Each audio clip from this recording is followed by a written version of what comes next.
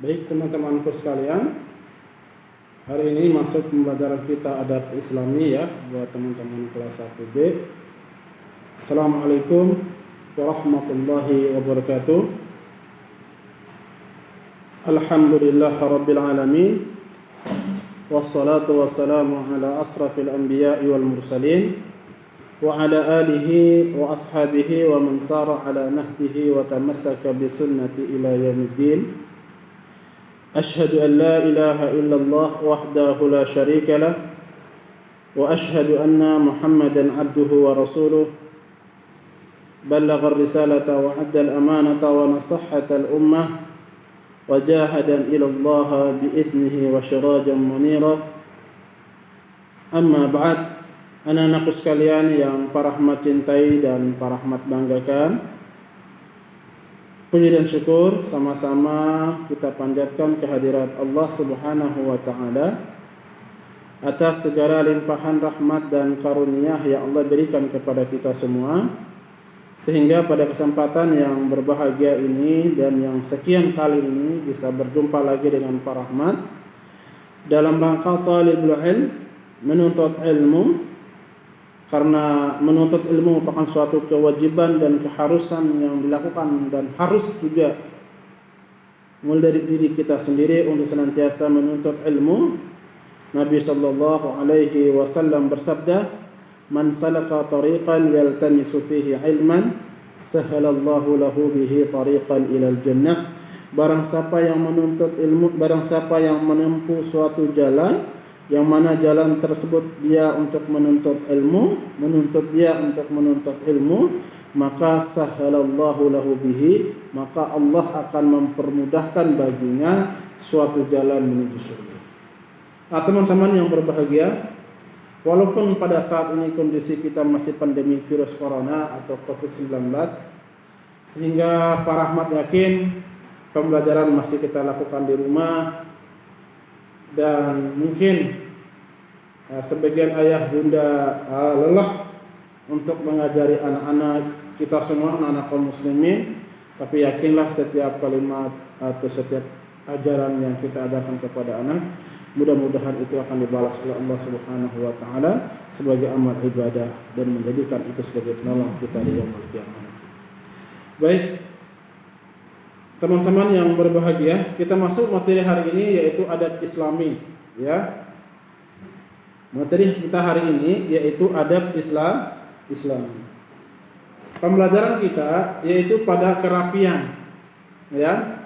Kerapian. Baik rapi di masjid, kemudian rapi juga di rumah, ataupun juga rapi di sekolah. Kenapa seorang muslim atau muslimah dituntut harus rapi? Karena dituntut harus bersih. Karena Allah Subhanahu wa taala sangat mencintai dengan keindahan. Sangat menyukai yang indah, sangat menyukai yang cantik, sangat menyukai yang ganteng dan yang indah. Innallaha jamilun yuhibbul jamal. Sesungguhnya Allah sangat mencintai dengan keindahan. Oleh karena itu, seorang muslim harus rapi,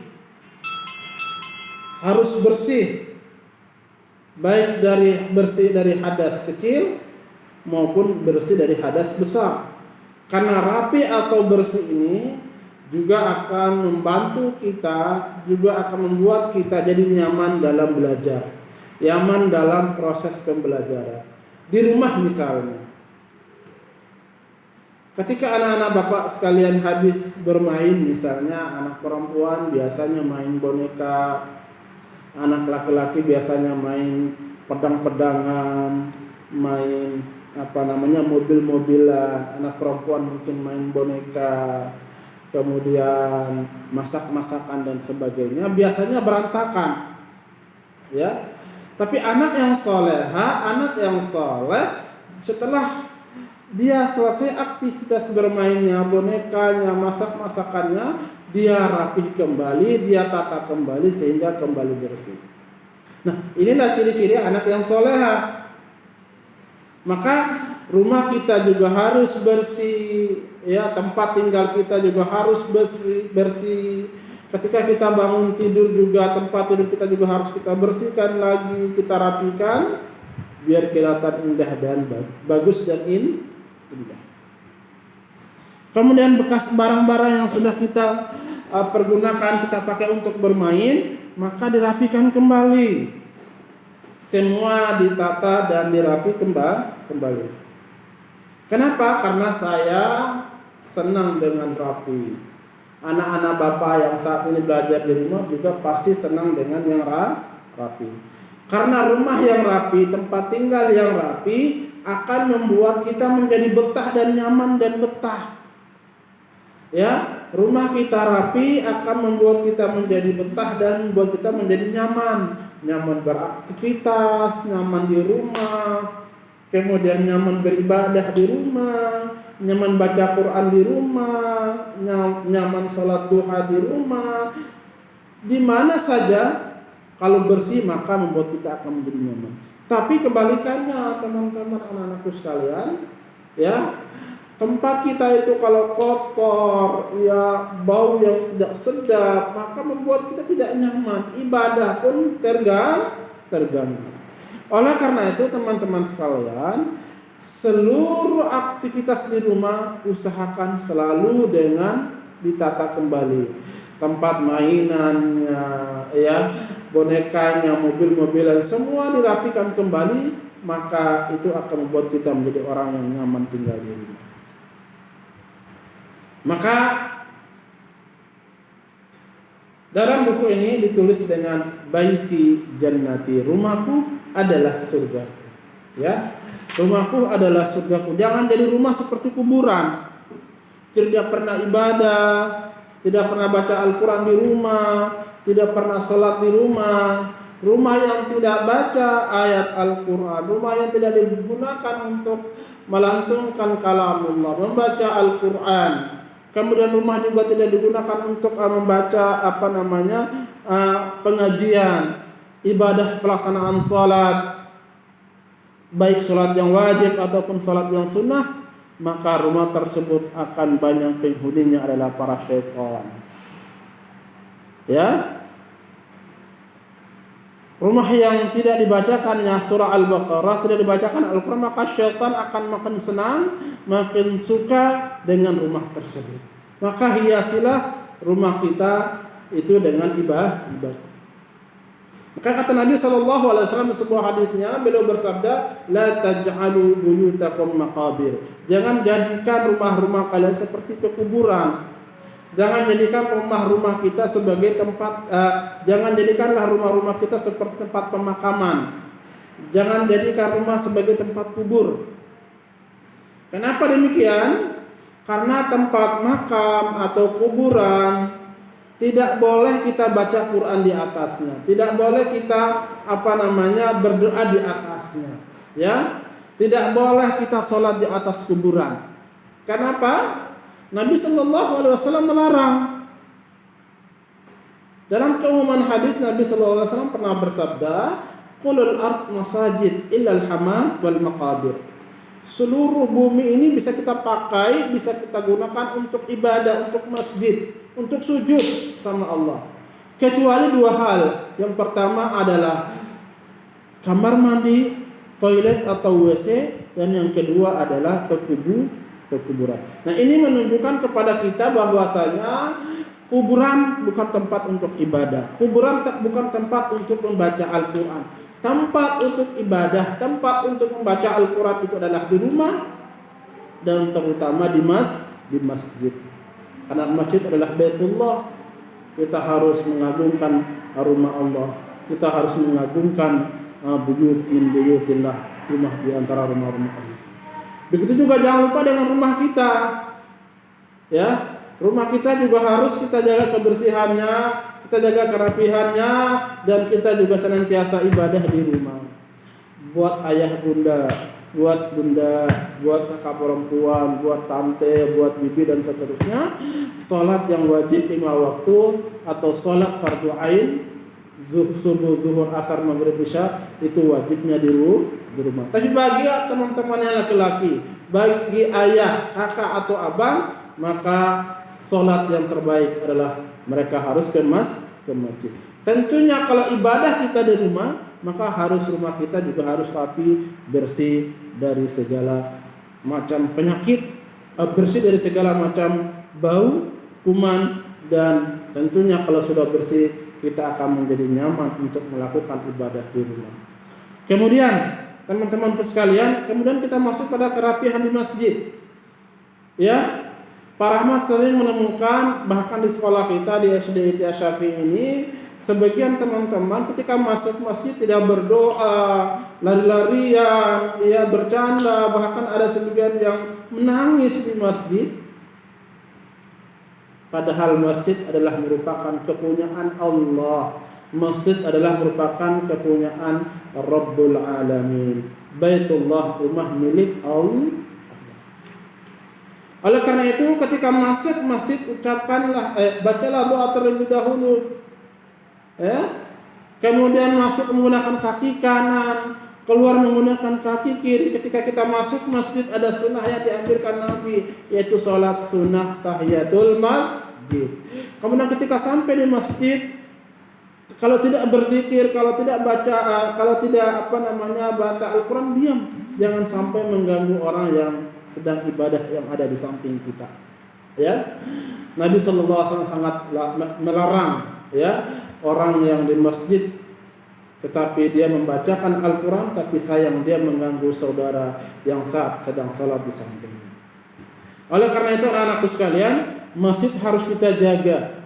Masjid adalah kepunyaan Allah. Kita harus jaga kebersihannya. Ya, kalau ada kotoran, ada yang mengganggu dari pandangan mata, cepat-cepat kita singkirkan. Misalnya ada kertas, ada sampah, bekas jajan dan seterusnya, cepat-cepat kita rapikan, kita bersihkan, karena itu merupakan rumah milik Allah Subhanahu wa ta'ala. Kemudian ketika kita akan masuk, bagi laki-laki harus berpakaian yang rapi, berpakaian yang sopan, ya, harum, wangi, karena kita menghadap Allah Subhanahu wa ta'ala. Kemudian kita sholat berjamaah di masjid. Biasanya imam mengatakan saw sufufakum fa inna tasfiyata sufuf min tamamus shalah. Lurus dan rapatkan barisan shaf, karena dengan lurus dan rapat daripada barisan shaf merupakan kesempurnaan sholat. Berarti bagi teman-teman yang ingin sholat di masjid, ya, baik ikhwan, baik laki-laki ataupun perempuan, ketika melaksanakan ibadah sholat di masjid, maka perintah Nabi SAW, saw sufufakum, lurus dan rapatkan shaf. Nah, biasa ini juga diumumkan oleh para imam masjid untuk meluruskan dan merapatkan shaf, karena lurus dan merapatkan shaf merupakan kesempurnaan dalam sholat. Oleh karena itu anak-anakku sekalian, kita harus jaga kebersihan masjid. Ya, ada yang kotor cepat kita bersihkan. Ya, ada bau yang tidak sedap mengganggu jamaah, mengganggu kaum muslim, maka cepat-cepat kita bersihkan. Karena masjid merupakan kepunyaan Allah, maka kita lah yang berhak untuk menjaga masjid kita. Kemudian di sekolah, ya, tentunya teman-temanku sekalian, kelas 1A maupun kelas 1B hari ini belum sampai kapan ya pembelajaran daring ini berlangsung. Mudah-mudahan cepat berlalu sehingga kalian bisa cepat-cepat belajar ke sekolah dan masuk ke kelas masing-masing. Nah, tentu di kelas itu ada papan tulis, ada bangku, ada meja, ada lemari, ada buku dan sebagainya. Harus dijaga kerapihannya. Kelas kita harus bersih. Kelas kita harus bersih dari kotoran. Baik kotoran itu berupa bekas-bekas jajan, ya, ataupun kotoran-kotoran yang lain yang dapat mengganggu aktivitas belajar kita. Oleh karena itu anak-anakku sekalian, dalam proses pembelajaran kita belajar harus benar-benar bersih, baik bersih pakaian yang kita pakai ataupun bersih dari badan yang badan yang kuman yang selama kita beraktivitas. Kemudian buku-buku kita juga harus rapi dan bersih. Papan tulis, meja dan kursi ya teratur dengan rapi, dan teman-teman tentunya harus duduk juga dengan rapi. Anak-anakku sekalian, aku juga suka dengan kerapian. Pak Rahmat sangat suka dengan kerapian. Pak Rahmat tidak mau ada anak-anak Pak Rahmat yang duduknya ada mejanya, di atas mejanya ada sampah dan seterusnya, karena itu akan mengganggu belajar kalian. Kemudian rapi, nyaman, ya, itu akan membuat kita menjadi tenang dalam belajar, dalam proses pembelajaran, akan membuat kita menjadi enjoy, semangat dalam belajar. Tetapi teman-teman, kalau dalam kelas kita tuh ada bau yang tidak sedap, Pak Rahmat yakin kita belajar tidak nyaman, pasti pegang hidung. Aduh, bau apa nih ya? Bau apa nih? Cari sumbernya. Oh, ternyata bekas cicak jatuh sehingga busuk jadi bau. Airnya cepat-cepat lapor Bapak Guru. Kalau nggak bisa lapor OB, nanti OB, atau lebih baik kita sendiri yang mengambil tisu dan kita singkir dan kita bersihkan sehingga kelas harum lagi, teman-teman belajar dengan nyaman, kita juga akan mendapatkan pahala dari Allah Subhanahu wa taala. Baik teman-teman, hari ini saja mungkin ini saja yang bisa Pak Rahmat sampaikan. Bagi teman-teman yang nggak bisa bergabung via Google, mudah-mudahan dengan video ini bisa menjawab solusi buat teman-teman yang nggak bisa bergabung dengan Google Meet. Mudah-mudahan Allah Subhanahu wa taala memudahkan segala urusan kita, segala masalah kita, dan juga yang terpenting mudah-mudahan virus corona ini cepat berlalu, cepat hilang dari permukaan bumi, lenyap dan binasa. Mudah-mudahan itu yang kita harapkan sehingga kita bisa melakukan proses pembelajaran di sekolah dan kalian juga akan senang, Pak Rahmat juga senang karena kita berjumpa. Tentunya kalau kita belajar di sekolah atau di kelas tentunya keseruan lebih yang akan kita dapatkan. Bagi teman-teman yang ingin bertanya berkaitan dengan kerapihan di rumah, kerapihan di masjid dan kerapihan di sekolah, bisa webri langsung ke Pak Rahmat, bisa via telepon, via WA dan seterusnya. Nanti Pak Rahmat akan menjawab mudah-mudahan. Bagi teman-teman juga yang akan bekerja, tugas nanti yang akan Pak Rahmat berikan mudah-mudahan bisa dikerjakan dengan penuh keikhlasan dan mengharap ridha Allah Subhanahu wa taala. Baik, tugas hari ini yang akan Pak Rahmat kasih untuk kelas 1B adalah mengerjakan halaman 3, ya, halaman 3 sampai 4. Untuk halaman 3 jawabannya jangan dicocokin ya. Misalnya contoh buku saya ... Jawaban di sini sangat rapi adalah mainan, ya. Caranya bagaimana? Jawaban yang ada di kotak sini silakan teman-teman salingkan ke titik-titik yang kosong, ya. Pak Rahmat ulangi, jawaban yang ada di sini teman-teman salingkan, pindahkan ke titik-titik yang ada di sini. Misalnya nomor 1, buku saya rapi. Pak Rahmat bocorin kasih jawabannya ya. Buku saya rapi. Jangan dicocokin garis begini, tapi rapi yang ada di sini kalian salingkan pindah ke titik-titik yang kosong, ya. Ini halaman 3. Kemudian halaman 4 teman-teman bisa kerjakan halaman 4 ini perintahnya adalah ditebalkan ya. Ini tulisnya baiti jannati, ditebalkan. Kemudian yang paling bawah yang paling menarik adalah Arab yang di sini baiti jannati ini teman-teman mewarnai. Pak Rahmat harap dengan tentunya warna yang indah ya, sesuai yang kamu suka, sesuai yang kamu miliki warna di rumah, warna yang indah. Setelah selesai dikerjakan, hasilnya bisa dikirimkan ke grup kelas 1B, grup tugas kelas 1B ya. Sekian saja dari Pak Rahmat. Insyaallah video akan Pak Rahmat share di YouTube, nanti Pak Rahmat share di grup kelas 1B. Sekian saja dari Pak Rahmat. Alhamdulillahirabbil alamin. Wabillahi taufiq wal hidayah. Bidu'ai kafaratul majlis. Subhanakallahumma wa bihamdika asyhadu an la ilaha illa anta astaghfiruka wa atubu ilaik. Assalamualaikum warahmatullahi wabarakatuh.